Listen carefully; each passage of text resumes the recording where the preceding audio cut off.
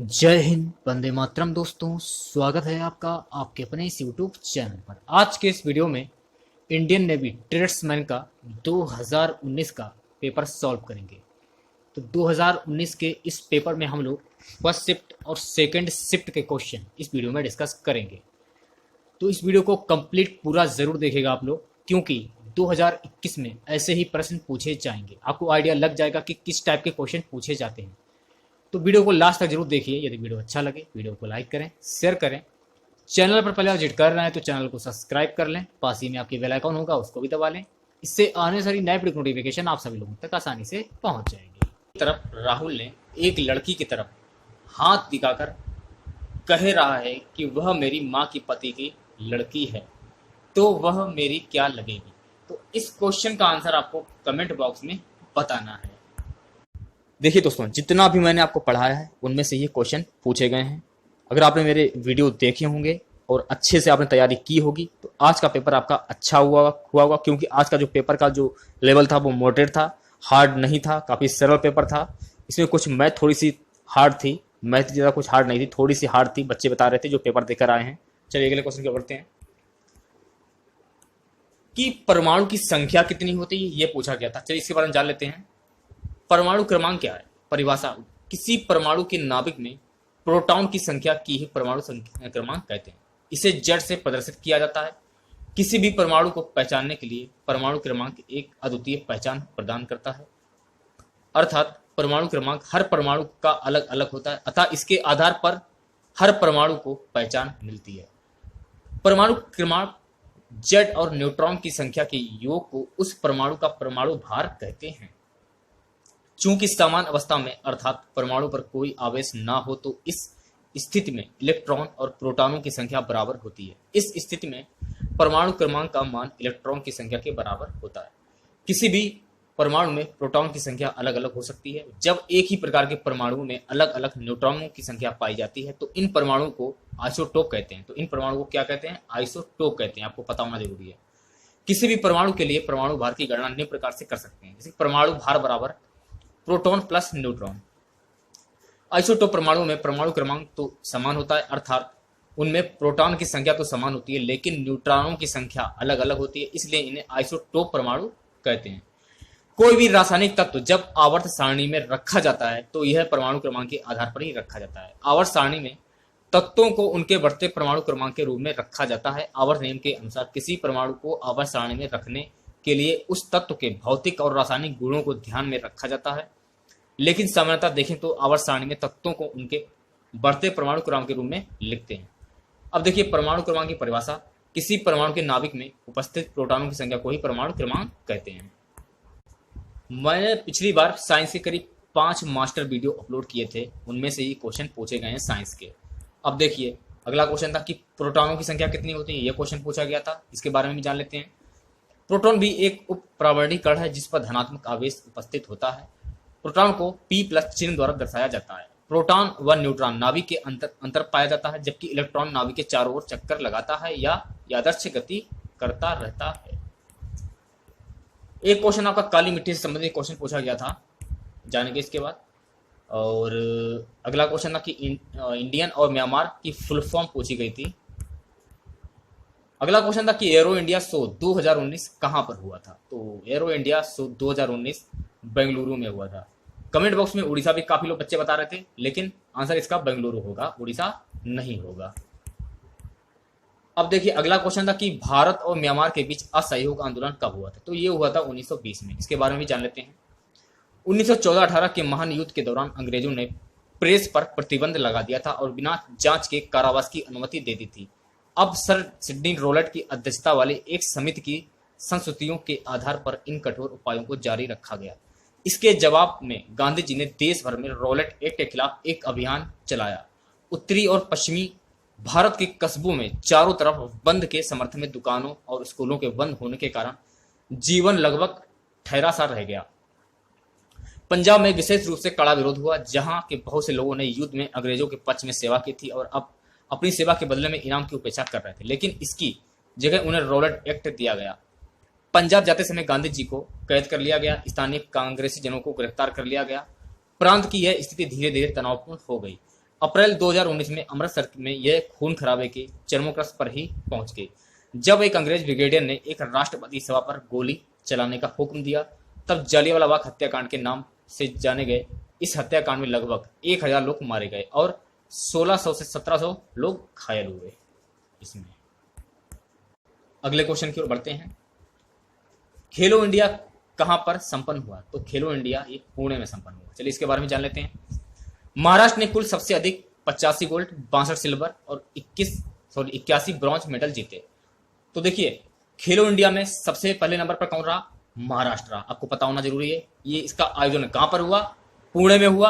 अब आपको ये भी पता होना चाहिए कि दूसरे नंबर पर कौन रहा खेलो इंडिया खेलों में? तो दूसरे नंबर पर रहा हरियाणा। इसने कुल 178 पदक जीते और इसके खाते में 62 गोल्ड, 56 सिल्वर और 60 ब्रॉन्ज आए। तो पहले नंबर पर महाराष्ट्र और दूसरे नंबर पर हरियाणा, और ये कहां पर आयोजित किया गया? पुणे में। तो इतनी जानकारी आपको मिल जाती है इस क्वेश्चन से। ये आपका रीजनिंग का क्वेश्चन था कि 4, 48 और 5 यहां पर क्या आएगा? यहां पर आएगा 60।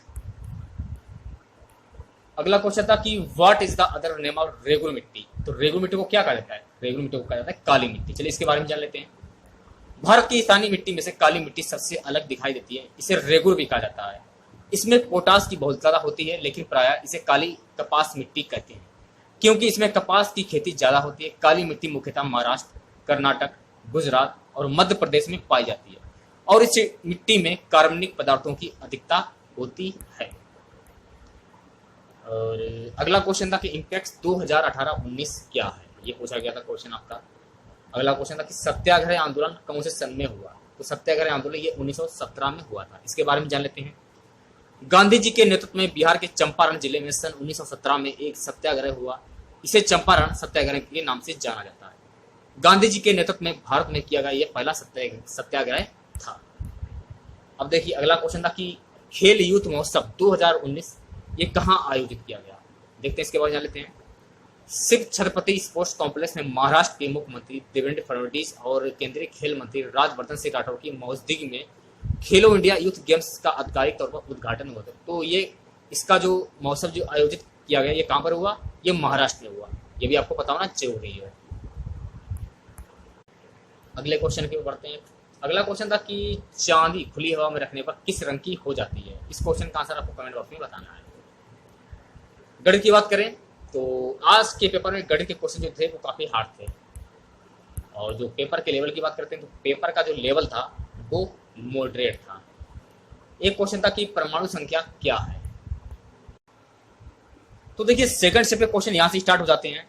सेकंड शिफ्ट का पहला क्वेश्चन था कि atomic number, proton, neutron number. ये आपका क्वेश्चन पूछा गया था सेकंड शिफ्ट में। अब देखिए अगला क्वेश्चन था कि पाकिस्तान के प्रधानमंत्री कौन है? ये पूछा गया था। तो पाकिस्तान के बारे में हम लोग विस्तार से जानेंगे। तो देखिए पाकिस्तान के वर्तमान प्रधानमंत्री हैं इमरान खान, और पाकिस्तान के वर्तमान राष्ट्रपति हैं आरिफ अलवी। कौन है वर्तमान राष्ट्रपति? आरिफ अलवी। और पाकिस्तान की राजधानी क्या है? तो पाकिस्तान की राजधानी है इस्लामाबाद।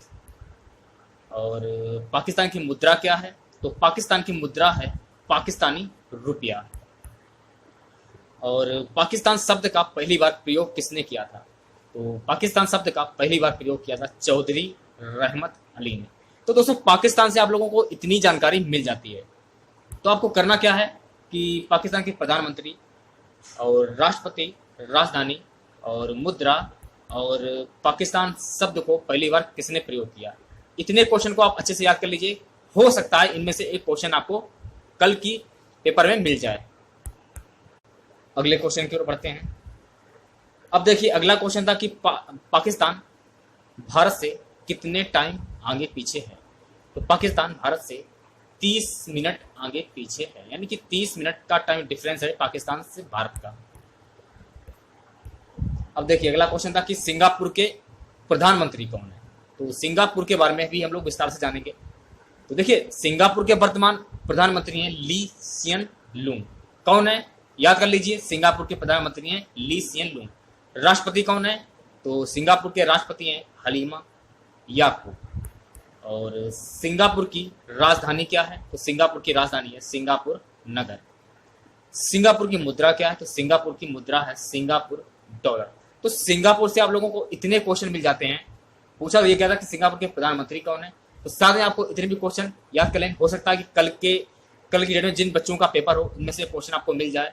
तो प्रधानमंत्री, राष्ट्रपति, राजधानी और मुद्रा अच्छे से याद कर लीजिए आप लोग, हो सकता है आपको क्वेश्चन इनमें से मिल जाए।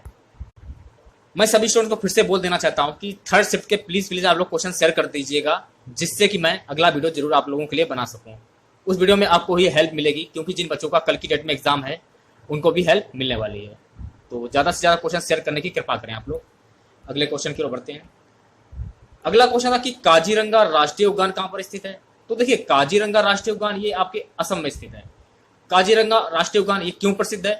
तो काजीरंगा राष्ट्रीय उद्यान ये एक सींग वाले गैंडे के लिए प्रसिद्ध है। आपको ध्यान में रखना है ये क्यों प्रसिद्ध है, एक सींग वाले गैंडे के लिए प्रसिद्ध है। ये क्वेश्चन पूछा जा सकता है आप लोगों के लिए।